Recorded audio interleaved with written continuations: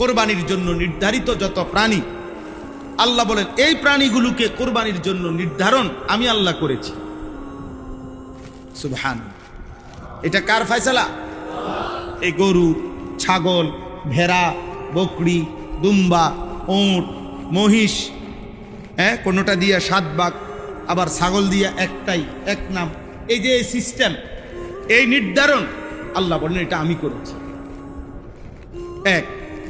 2 number, মিন শাআইরিল্লাহ, কোরবানির জন্য যে প্রাণী নির্ধারিত হয়, যখন এটা সিদ্ধান্ত নেয় এটা কোরবানি করবে, আল্লাহ তাআলা বলেন তৎক্ষণাৎ এটা আমি আল্লাহর নিদর্শন হয়ে যায়। এটা আল্লাহর নিদর্শন, এটা তখন সম্মানিত। এরপরে আল্লাহ বলেন 3 নাম্বার, লাকুম ফিহা খাইর। সুবহানাল্লাহ। আল্লাহ বলেন কোরবানির জন্য যে প্রাণীটা তোমরা কোরবানি করছো, মনে রাখবা এটারে তোমরা পেরেশানি মনে করো না, এটারে তোমরা ঝামেলা মনে করো না, এটারে তোমরা অভাব মনে করো না, কোরবানিটাকে তোমরা তোমাদের উপরে মুসিবত মনে করো না, বরং খুশি খুশি কোরবানি করো। কেন? লাকুম ফিহা খাইর। আল্লাহ নিজে বলতেছেন কোরবানির পুরাটার মধ্যে তোমাদের জন্য আছে শুধুই খায়ের, শুধুই কল্যাণ, শুধুই কল্যাণ, শুধুই কল্যাণ।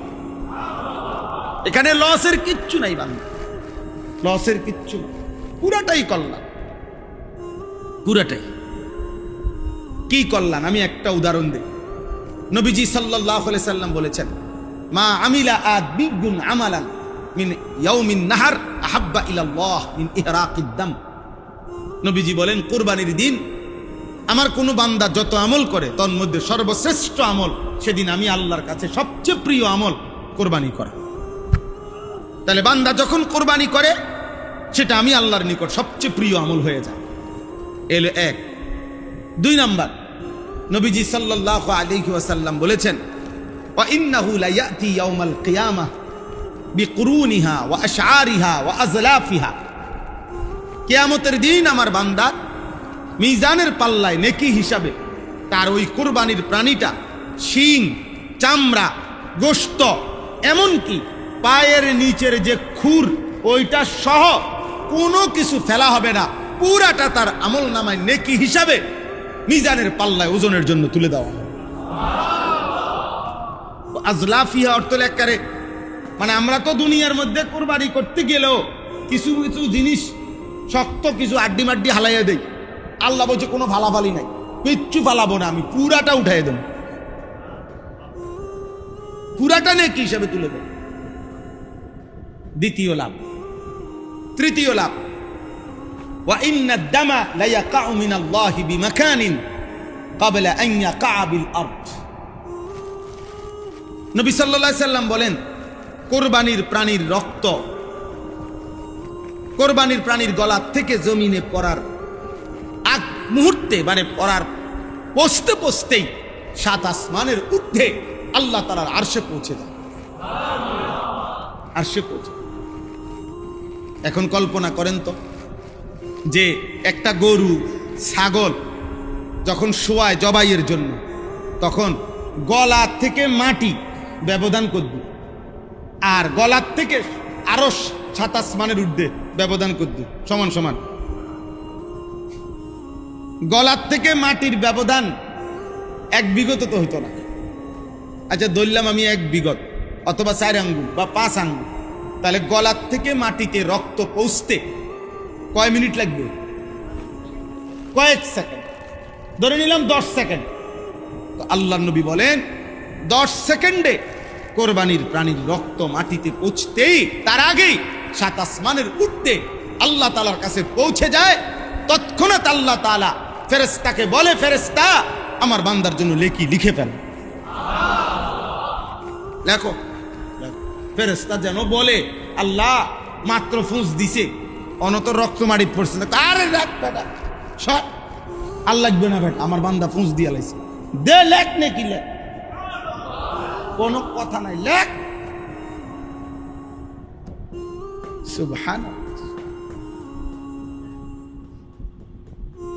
বুঝেন? ফেরেশতা যদি বলে আর কি যে আচ্ছা চাই না কদ্দুর কারবারটা কি হোক, কোনো কারবার করবার না, লেখো নেকি লেখো।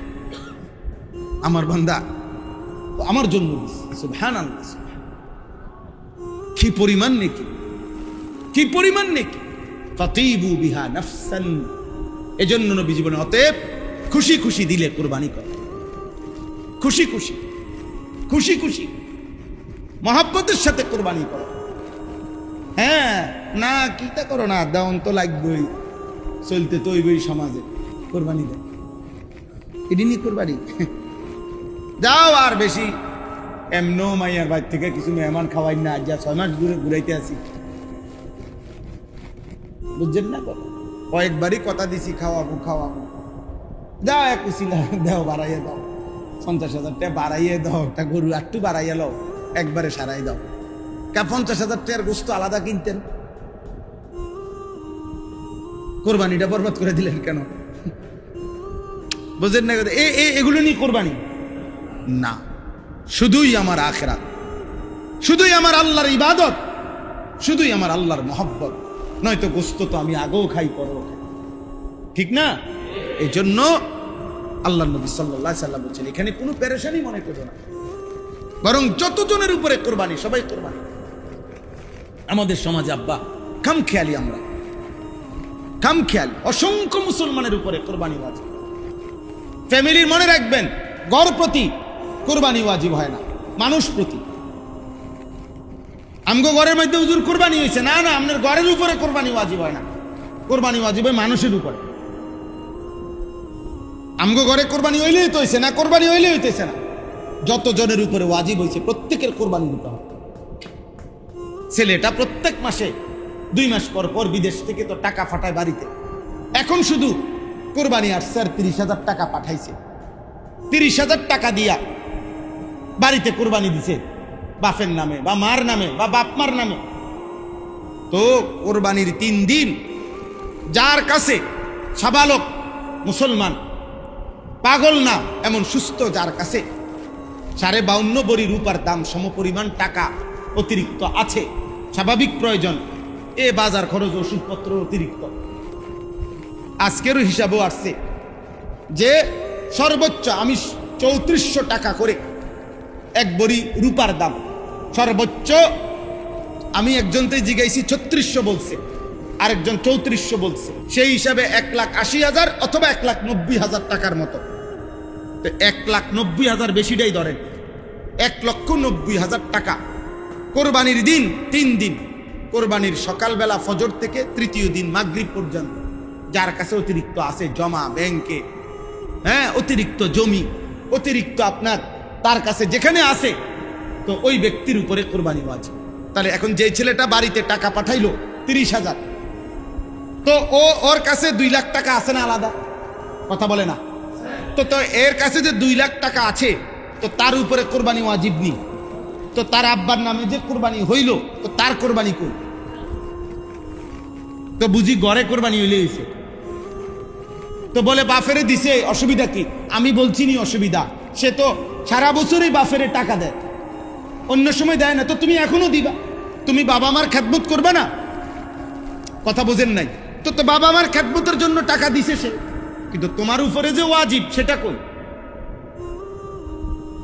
তুমি বাবা মারে টাকা দেওয়ার কারণে তোমার বউরে কিছু দাওনি, তুমি বাবা মারে টাকা দেওয়ার কারণে তোমার বাচ্চাগুলোরে দাওনি, ওগুলো খরচ করো না? তো তাহলে এখন কোরবানির বেলায় আসলে অবহেলা। আমরা ঘরে কোরবানি হয়েছে, ও 1 ফুট ঢাকা চাকরি করে, 1 ফুট ব্রাহ্মণবাড়িয়া চাকরি করে, 1 ফুট বাইক উপার্জন করে, 3 জনের কামাই আছে মনে করেন। তো এখন দে তুই 15,000 দে, তুই 12,000 দে, আচ্ছা তুই ঢাকা সার কি খরচ, তোর বেতন বেশি, তুই 20,000 দে, কত হইলো 40, এমনি এমনি বানাইছে, টিয়া বানাইয়া কোরবানি দিছে, হের বাপের নামে মার নামে, শেষ কোরবানি আদায় হয়ে গেছে নাকি? এটা নিয়ে কোরবানির হিসাব বুঝি, যাতে যা লইয়া থাবাইয়া থুবাইয়া যার থেকে যা নিয়া বাপমার নামে কোরবানি দেওয়া, এটারই নিয়ে কয় কোরবানি? বলেন না, আমাদের সমাজে এমন করে না? তো এই যে ছেলেটা ঢাকাতে চাকরি করে, তার কাছে 1,90,000 টাকা আছে না, তার আলাদা জমা থাকলো, তো তার উপরে কোরবানি ওয়াজিব? কথা বলে না? যে ছেলেটা ব্রাহ্মণবাড়িয়া চাকরি করে, তার কাছে যে আলাদা জমা টাকা আছে, তো তার উপরে কোরবানি ওয়াজিব না, তো তার কোরবানি কই? বলেন, এটা কি এমনি মিল্লা জিল্লা দিলে এলো নাকি? বুঝছেন নি আমার কথাটা আপনার? আমি উদাহরণ দিলাম, একজন মহিলার কাছে স্বর্ণ আছে কিছু, মহিলার ওই যে গহনা, আর সাথে 10,000 টাকা আছে, ধরেন জমা মহিলার টাকা 5,000 টাকা আছে। এখন স্বর্ণ এবং টাকা, কিছু টাকা, অথবা স্বর্ণ এবং রূপা, এই স্বর্ণ কিংবা রূপা, স্বর্ণ কিংবা টাকা যদি দুইটা মিলাইয়া ওই 52.5 ভরি মানে 1,90,000 টাকা, ধরলাম যে কম বেশ হইতে পারে, এই 1,90,000 টাকা যদি দাম হয়, নিঃসন্দেহে এই মহিলার উপরে কোরবানি ওয়াজিব। তাহলে এখন বলেন তো, একজন মহিলার কাছে 1 ভরি স্বর্ণ আছে, 10,000 টাকা আছে। মহিলাদের কাছে টাকা থাকে, স্বামী দিছে, বাপে দিছে, ভাইয়ে দিছে, ছেলে দিছে, হইতে পারে না এমন টাকা?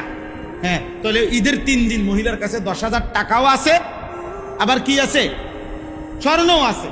এখন 1 ভরি স্বর্ণ আর 10,000 টাকা, 5,000 টাকা, এই দুইটা মিলাইলে দাম 1,90,000 হবে নি? কথা বলে না? 1 ভরি স্বর্ণের দামে তুমি 2 লাখ টাকার উপরে। তাহলে এই মহিলার উপরে কোরবানি আছে। তো 7.5 ভরি স্বর্ণ কিতা? এটার অর্থ হলো, এটার সহজ হিসাব হইল, যার কাছে শুধু স্বর্ণ আর 1 তোলা রূপাও নাই, 10 টাকা জমাও নাই, কথা বুঝেন নাই, শুধু আছে কি? স্বর্ণ। ওই বেডির হিসাব হইল 7.5 ভরি স্বর্ণ। যদি একটা হয়, একটা, কিন্তু দুইটা মিলাইলে 52.5 ভরি রূপার দাম ধরতে হবে। 3টা যদি থাকে 52.5 ভরি, মানে স্বর্ণও আছে, রূপাও আছে, টাকাও আছে, 3টা মিলাইলে, 2টা মিলাইলে, 2টা থাকলে, তাহলে হিসাব হবে কিসের? 52.5 ভরি রূপার। আর যদি শুধু স্বর্ণ, রূপাও নাই, টাকাও নাই, তাইলে 7.5 ভরি। এই জন্য আপনি এতটুকু বুদ্ধি দিতে পারেন কোনো মহিলারে, যদি যাক কোরবানি দিতে না চান, একটা সহজ বুদ্ধি আছে, স্বর্ণ আছে, সাথে 10,000 টাকা আছে, এই 10,000 টাকা মসজিদে দিয়ে দেন, মাদ্রাসার দান করে দেন, এই 3খানা দিয়ে দেন। হ্যাঁ, আপনি কোরবানি বাচ্চা গেল। কথা বুঝেন? সহজ বুদ্ধি, সহজ বুদ্ধি। আর এটা রাজি হলে আরো বালা দিয়ে এলাম, এই সময় দিতে তো রাজি হবে না। এই জন্য মাত্র 20,000 টাকা, মাত্র 25,000 টাকা, এটা বড় কিছু না, এটা ইবাদত, এটা তো অনেক নেকি। তোমরা অনেক যুবক আছে অবিবাহিত, কিন্তু বালেক, উপার্জন করে, তার কামাই আছে, রোজগার আছে, ও হেক মনে মনে ভাবে সংসারে হয়তো বিয়ে করছি না। আরে বিয়ের সাথে তো হিসাব না, উপার্জনের সাথে হিসাব। কথাটা বুঝছেন কি? হিসাবটা কি বিয়ের সাথে না উপার্জনের সাথে? আমরা হুজুর একসাথে সংসার, অন আব্বা ভিন্ন করছে না, আমরা 4 ভাই আর আব্বা মা একসাথে খাই, আমরা একসাথে খান না 2 সাথে খান, এইটা দেখার বিষয় তো না। উপার্জন করে যতজন, ওদের হিসাব করে কোরবানি দিতে হবে। আমি আবারও বললাম, বুঝছেন না আমার কথাটা? আপনারা যদি কেউ না মানেন, অসুবিধা নাই, আমরা দিন তারিখ সহ হাসরের ময়দানে বলব। বুঝেন নাই কথাটা? 15ই মে 2026 রোজ শুক্রবার রাত্র 11:30টার দিকে আল্লাহ আমরা বলছিলাম, আমরা দিন তারিখ সন সহ বলব, তখন বুঝবেন আপনি।